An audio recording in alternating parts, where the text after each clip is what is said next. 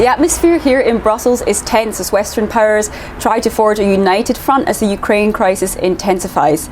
Now, despite the fact Moscow says it has no intention of invading Ukraine, EU officials here in Brussels are preparing for the worst. They're preparing sanctions which they say would be unprecedented in their scale.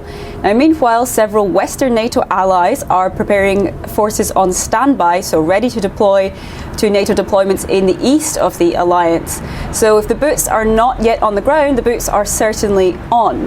Now remember, Ukraine itself is not a member of NATO, so it's not party to the alliance's collective defence agreement known as Article 5. But one of Moscow's demands is in fact that Ukraine effectively is barred from future entry to NATO, but that's something alliance members say they would simply never agree to. Now, when we see NATO allies in their words, they certainly are united, but when it comes to their actions, we start to see some divergences.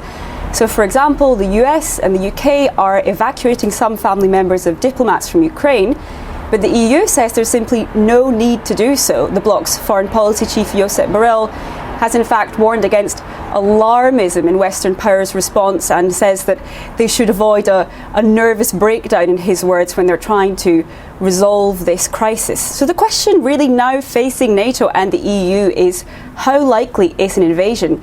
Or put it in other words, will diplomacy really work here, or will diplomacy fail?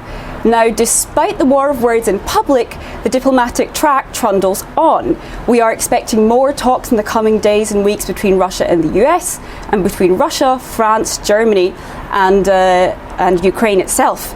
So it seems that for now, at least, no side is ready or willing to throw in the towel. Rosie Burchard, SABC News, Brussels.